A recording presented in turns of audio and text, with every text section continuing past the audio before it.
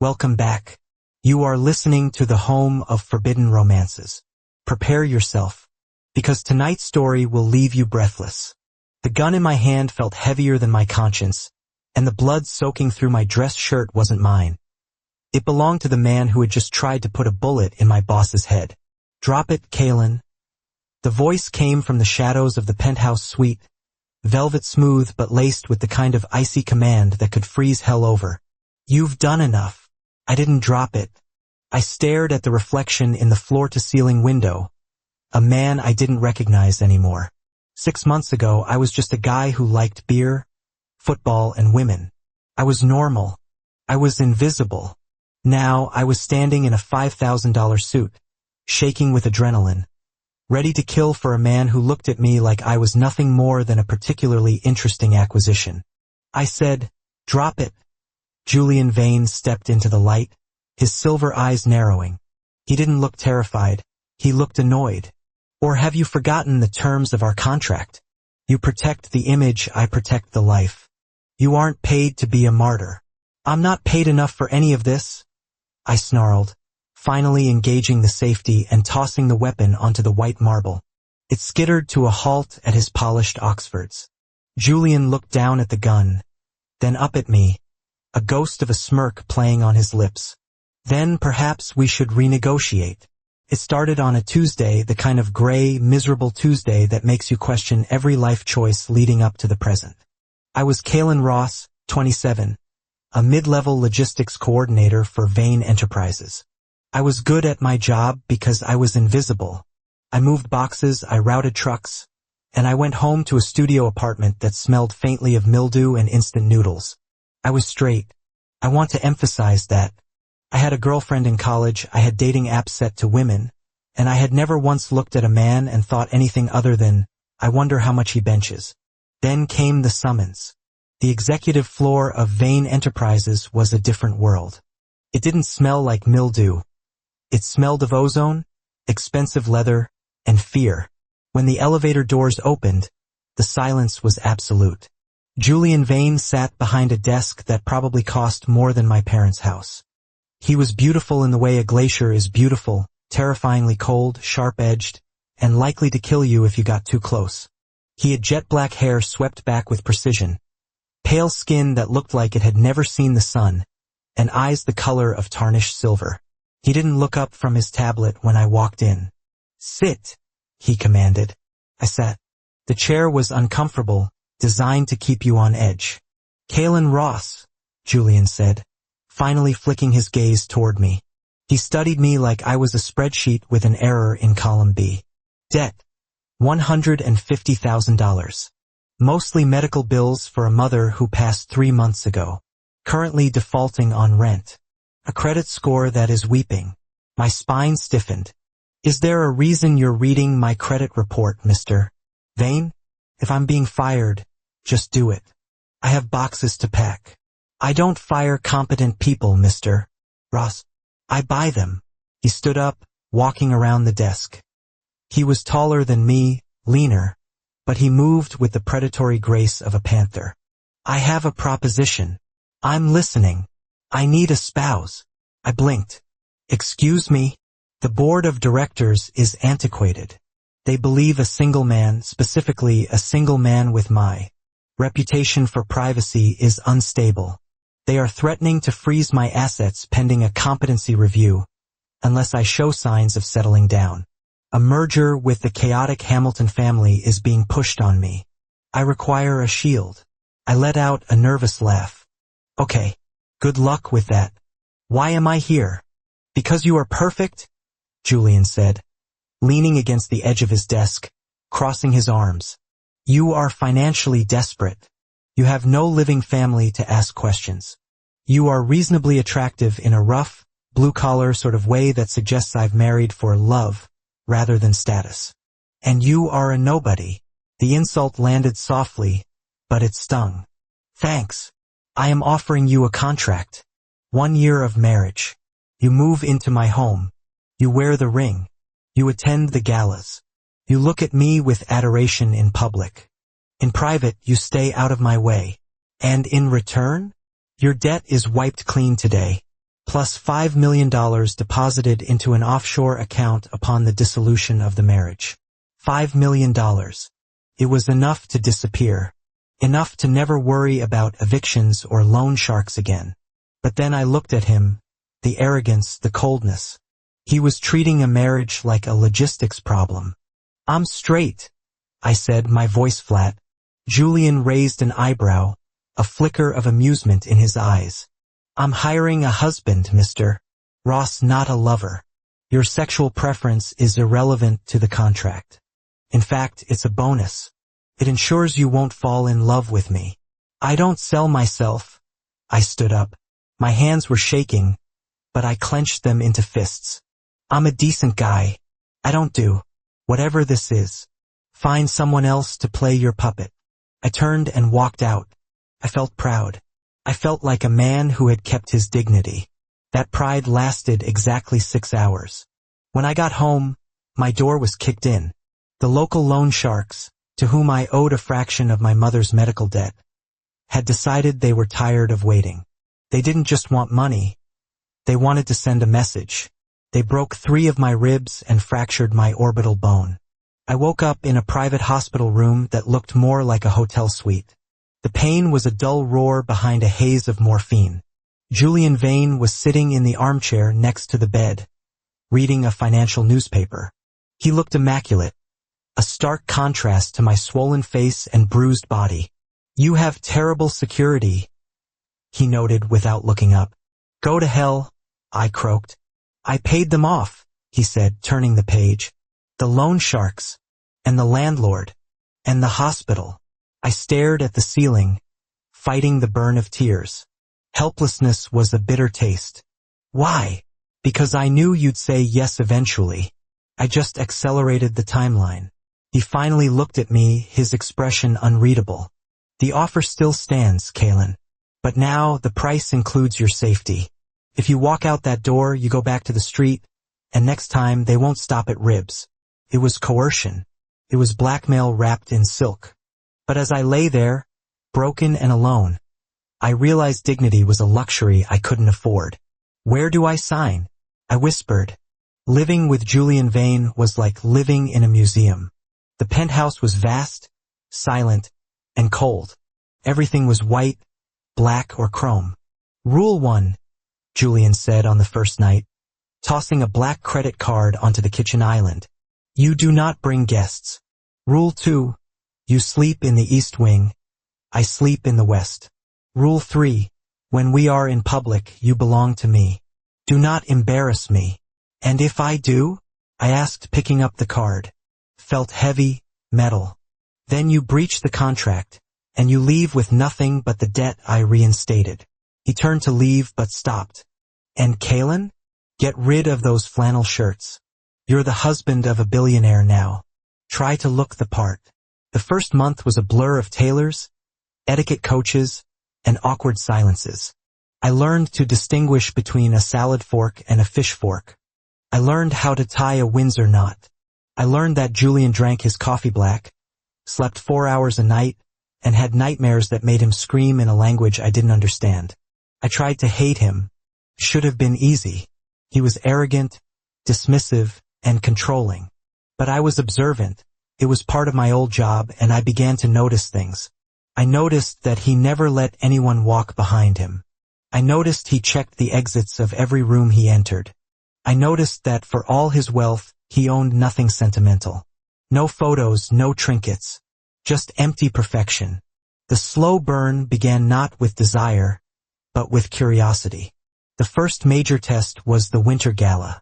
It was the event of the season, a shark tank of socialites and business rivals waiting to tear the new Mr.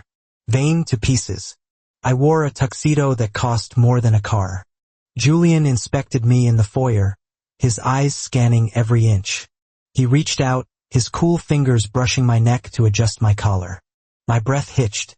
It was an involuntary reaction, a spark of static electricity that zipped down my spine. "Breathe," Julian murmured, his eyes locking onto mine. For a second, the mask slipped. He looked tired.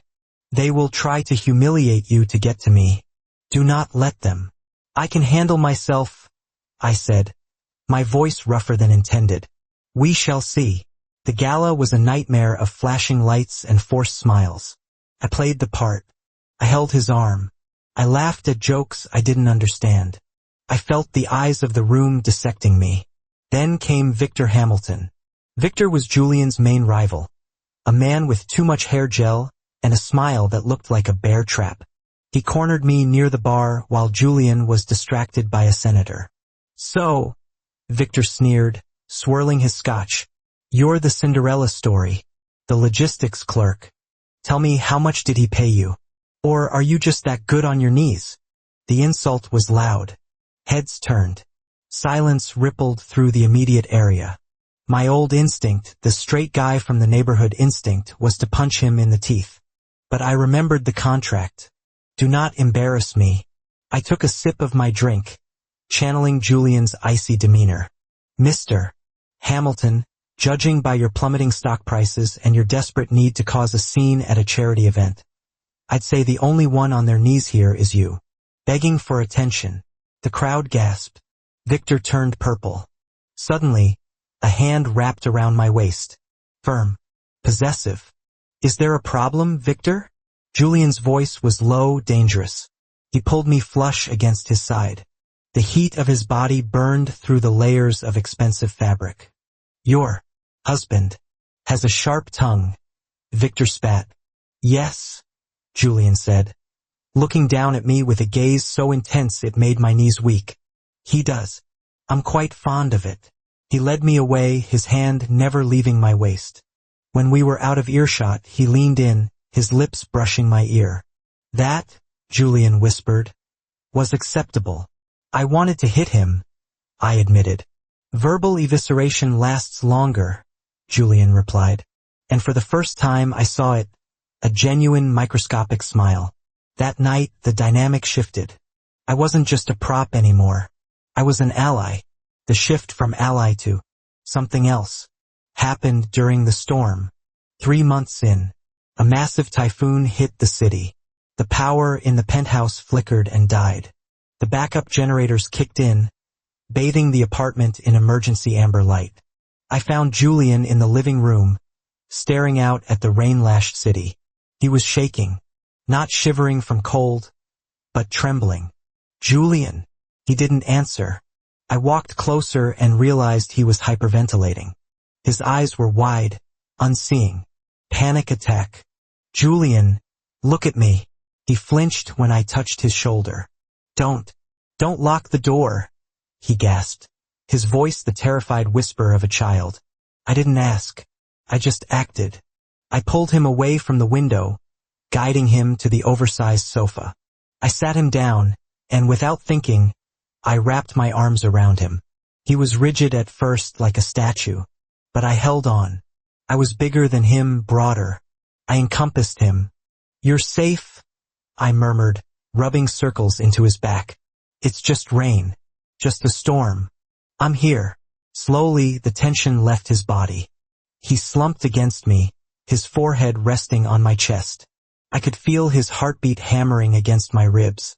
We sat like that for an hour, the storm raging outside, a strange, quiet intimacy blooming inside. My father, Julian said into the darkness, his voice hoarse. He used to lock me in the cellar when I disappointed him. It flooded when it rained. My heart broke. Clean, sharp snap. This man, who owned half the city, was still that scared little boy in the dark. He can't touch you, I said fiercely. I won't let him. Julian pulled back, looking at me. The emergency lights cast shadows across his face, highlighting the sharp cheekbones, the vulnerable curve of his mouth. You're straight, he whispered, as if reminding himself. I am, I said, but the words felt heavy, clumsy. Good, Julian said. He leaned in, his eyes searching mine. Keep telling yourself that. He didn't kiss me. He stood up and walked to his room, leaving me alone in the dark with a racing heart and a confusing, burning heat in my chest. The confusion turned into torture. I started watching him, really watching him, the way his throat moved when he drank water, the way his shirts clung to his shoulders, the elegance of his hands. I told myself it was admiration. I told myself it was Stockholm Syndrome. I told myself I was just horny and it had been months since I'd been with a woman. But when Julian touched me, a hand on my shoulder, a brush of knees under the table, I didn't recoil. I leaned into it. The climax came in the form of a betrayal. I found the dossier on Julian's desk. It wasn't about business. It was about me. Photos of me from high school, transcripts of my phone calls, and a plan. Subject: Kaylin Ross. Objective: secure trust fund via marriage. Disposal strategy: annulment based on infidelity after 12 months to void payout clause. He wasn't going to pay me the $5 million. He was going to frame me and dump me. I felt like I'd been punched in the gut. Not because of the money, but because I had started to trust him. I had started to care for him. I stormed into his office. He was on a call. I slammed the file onto his desk. "You son of a bitch!" I shouted. Julian ended the call calmly. He looked at the file, then at me. His face was the mask again. "You were snooping. I was looking for a pen. Is this true? You were planning to screw me over from day one." "It was a contingency," Julian said coolly. "Drafted before I met you. Before I knew you were competent." "Competent? Is that all I am? A competent employee?" I shouted, slamming my hands on the desk, leaning into his space. "I held you while you cried, Julian. I defended you to those vultures. I thought we were friends. We are business partners." Julian stood up, his voice rising. "Do not confuse the two. Emotions are liabilities. I created a strategy to protect my assets. That is what I do." "Well, congratulations," I spat. "You're safe. Quit. Keep the money. Keep the debt. I'd rather live in a cardboard box than spend another minute with a soulless machine like you." I turned to leave. "Kaylin, stop." I didn't stop. I reached the door. "I shredded it," he yelled. I froze. I turned back. Julian looked unraveled. His hair was messy, his chest heaving. "I shredded the disposal strategy," he said, his voice dropping. 2 months ago. After the gala." "Why?" "Because—" Julian walked around the desk, his steps slow, hesitant. "Because the variables changed." "What variables?" He stopped a foot away from me. The air between us was thick, electric. "You," he said softly, "you became necessary." "Necessary for the board?" "No." He shook his head, looking frustrated. "Necessary for me. I hate coming home to an empty house now. I hate the silence. I hate that when you walk into a room, I track your movement like a satellite. I hate that I'm jealous of the barista who writes your name on a cup." My breath caught. "You're jealous." "I am obsessed," Julian corrected, his eyes burning into mine. "And it is terrifying. Because you are straight, and you are leaving in 6 months, and I will be left here in this glass cage alone again." He looked defeated. The Ice King melted. The realization hit me like a freight train. I wasn't angry anymore. I wasn't confused. I was just his. "I'm not leaving," I said. Julian blinked. "The contract." "Screw the contract." I closed the distance between us. "And about the straight thing?" "Yes." He looked wary. "I think," I said, my voice trembling slightly, "that might have been a rounding error." I grabbed the lapels of his jacket and pulled him down. When our lips met, it wasn't tentative. It was a collision. It was months of repressed anger, fear, and desire exploding all at once. Julian made a noise low in his throat, a desperate, hungry sound, and his arms locked around me like iron bands. He kissed like he ran his business.